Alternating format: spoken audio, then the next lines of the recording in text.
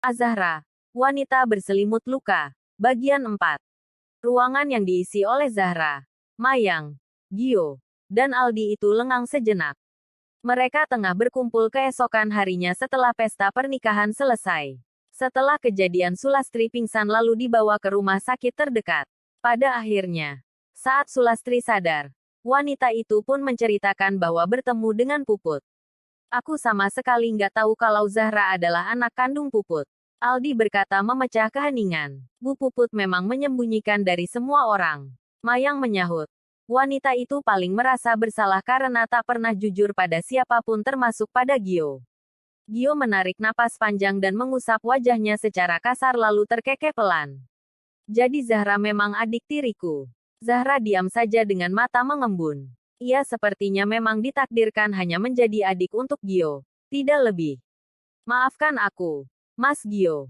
Aku salah karena menyembunyikan semuanya. Aku hanya nggak mau Zahra tahu siapa ibu kandungnya. Mayang berujar tanpa berani menatap Gio. Jadi dari dulu Mbak Mayang masih terus berhubungan dengan Bu Puput? Tanya Gio. Mayang mengangguk. Hanya sebatas ketika Bu Puput transfer uang. Dulu kehidupan kami sangat sulit, Mas Gio. Apalagi semenjak Mbah Ning meninggal. Rumah pun digusur. Aku nggak bisa nolak pemberian Bu Puput. Tapi kenapa masih diterima saat Zahra sudah memiliki kehidupan yang lebih layak seperti sekarang? Mayang menggeleng dan kini memberanikan diri menatap Gio. Aku udah nolak dari lama. Dari semenjak Mas Gio bawa aku dan Zahra ke rumah ini. Tapi Bu Puput memaksa. Dia tetap transfer tiap bulannya. Katanya bisa ditabung untuk keperluan mendesak. Aku juga sering nasihatin Bu Puput untuk mengakui saja karena aku juga sudah nggak sanggup setiap kali melihat Zahra berangan-angan punya orang tua. Tapi Bu Puput selalu nggak mau. Mungkin aku memang nggak pantas untuk diakui sebagai anak. Sahut Zahra dengan suara datar. Demi Allah aku nggak tahu. Ra, kalau aku tahu, aku juga pasti nolak uang haram darinya. Aku taunya Bulek Puput kerja jadi TKW di Singapura. Gio beranjak dari sofa. Lalu mendekati Zahra. Mayang menggeser duduknya. Mempersilakan Gio duduk di samping Zahra. Gio pun mengusap punggung Zahra dan berujar. Dengar, kamu adikku. Ibuku adalah ibumu juga. Kita satu keluarga. Zahra, kalau kamu sedih, aku juga ikut sakit. Zahra kembali terisak tanpa bisa mengucapkan sepatah kata pun. Gio pun memeluknya. Sebuah pelukan yang justru membuat Zahra kian tergugu. Merasa dipeluk oleh sosok kakak atau ayah. Sosok yang tak pernah ia rasakan kasih sayangnya seperti apa. Setelah puas, Zahra merenggangkan pelukan dan bertanya, siapa ayahku? Satu daun jatuh menimpa rambutnya, membuat Zahra tersadar dari lamunan. Entah berapa lama Zahra duduk di depan pusara Rituan. Matahari tak nampak lagi digantikan awan mendung bergelayut di langit sana. Angin bertiup lebih kencang menjatuhkan daun-daun kering jauh lebih banyak. Kakek yang menyapu tadi sudah tidak ada. Pemakaman yang baru dibersihkan kini berserakan daun-daun kering lagi. Sekarang Zahra tak tahu harus kemana. Ia tak punya tujuan. Saat pergi dari rumah Andreas, yang ada dalam bayangannya hanya menuju makam Rituan.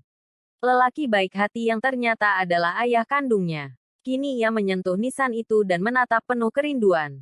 Seharusnya aku memanggilmu ayah saat itu. Bukan paman. Seharusnya ayah juga mengatakan yang sejujurnya. Mungkin. Saat itu aku akan sangat bahagia karena akhirnya memiliki sosok ayah. Aku tidak akan bertanya kenapa baru datang sekarang. Kemana saja. Tidak, ayah. Aku hanya akan memeluk ayah lebih lama dan mengatakan bahwa aku bahagia karena akhirnya aku memiliki ayah. Aku bukan anak yang terlahir tanpa orang tua. Seperti kata teman-temanku. Semilir angin menerpa wajah. Membuat Zahra memejamkan mata sejenak dan menghirup udara sore hari yang terasa menenangkan.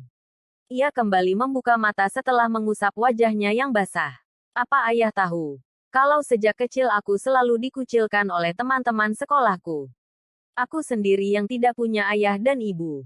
Aku sendiri yang tidak tahu siapa orang tuaku. Aku iri dengan teman-temanku yang saat sekolah diantar dan dijemput ayah atau ibunya. Hanya aku yang datang dan pulang sendirian. Saat setelah liburan sekolah, mereka menceritakan tentang kebahagiaan mereka yang diajak jalan-jalan ayahnya. Dibelikan mainan, dan tidur dengan ayahnya sambil didongengkan cerita-cerita yang aneh tapi lucu. Aku hanya bisa mendengar, tanpa bisa balik bercerita karena aku tak punya ayah. Kali ini Zahra terisak-isak hingga punggungnya bergetar. Ternyata hatinya masih sangat sakit kala mengingat yang sudah lama sekali berlalu. Mungkin luka ini adalah luka yang tak pernah bisa sembuh. Karena katanya, luka sebab orang tua adalah luka yang abadi. Ketika ayah datang saat itu dan mengajakku jalan-jalan, beli makanan, jajanan, mainan, pakaian, dan bahkan sepeda baru, ayah tahu apa doaku setelah itu. Aku minta sama Allah semoga laki-laki baik hati itu menjadi ayahku. Ya, aku menginginkanmu menjadi ayahku. Lalu setiap hari menunggumu datang lagi karena ayah sudah janji akan kembali datang. Berhari-hari aku menunggu dan aku sering tanya ke Mbah Ning. Kapan paman datang? Mbah. Kenapa paman itu bohong? Kenapa? Lalu saat tahu bahwa ayah telah meninggal karena kecelakaan, aku menangis tak terima.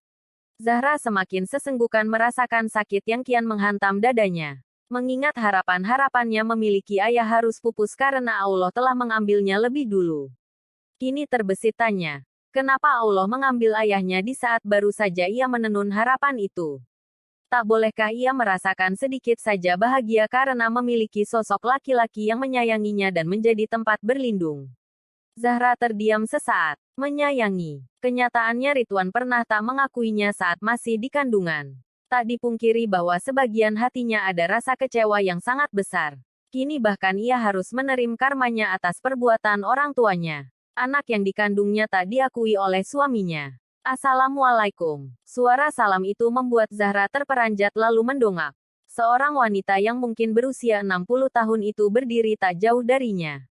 Memakai gamis abu-abu dengan kerudung besar warna senada. Waalaikumsalam. Jawabnya sambil mengusap matanya yang basah. Kemudian berdiri. Adek ini siapa? Kok menangis di pusara ini? Ibu itu bertanya lembut. Zahra menggeleng dan menjawab.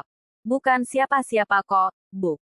Ibu itu tersenyum lalu mendekat dan mengulurkan tangan. Perkenalkan, saya Fatimah. Dan almarhum Ridwan ini adalah adik kandung saya. Zahra terperanjat. Kakaknya Ridwan. Saya Zahra. Zahra membalas jabat tangan Fatimah. Zahra. Dahi Fatimah berkerut. Maksudmu kamu adalah Azahra Almira. Dari mana ibu tahu nama lengkap saya? Ya Rabi. Fatimah menutup mulutnya dengan mata berbinar haru kemudian mendekap tubuh Zahra dengan sangat erat. Akhirnya aku bisa bertemu denganmu juga. Nduk. Ya Gusti. Zahra bergeming. Ia tak paham tapi menebak jika Fatimah tahu bahwa dirinya adalah anak kandung Ridwan. Apa kamu sendirian? Zahra mengangguk. Kalau begitu, mampirlah ke rumah Bude. Panggil aku Bude. Ya. Aku akan menceritakan apapun yang ingin kamu tahu tentang ayahmu. Kamu pasti tidak mengenal ayahmu, kan? Kalian baru sekali bertemu. Tidak ada yang ingin aku tahu lagi saat ini, Bude. Lagi pula ayah sudah tidak ada. Jadi untuk apa? Tapi aku ingin sekali menceritakannya. Agar hatiku lega karena telah mengeluarkan beban yang selama ini kubawa. Mampirlah. Nduk. Tinggallah beberapa hari di rumah Bude. Kamu keponakanku. Jadi sudah seharusnya kita saling mengenal. Zahra pun mengangguk setuju. Selain karena tak tega menolak ajakan Fatimah. Ia juga tak punya tujuan lagi setelah ini. Mungkin tinggal di sini dan menetap di desa ini adalah ide cukup bagus. Sekarang ia merasa punya keluarga yang bisa dijadikan tujuan saat ia sedang tak baik-baik saja seperti saat ini. Terima kasih telah mendengarkan cerita ini. Terus dukung channel ini ya. Bye-bye.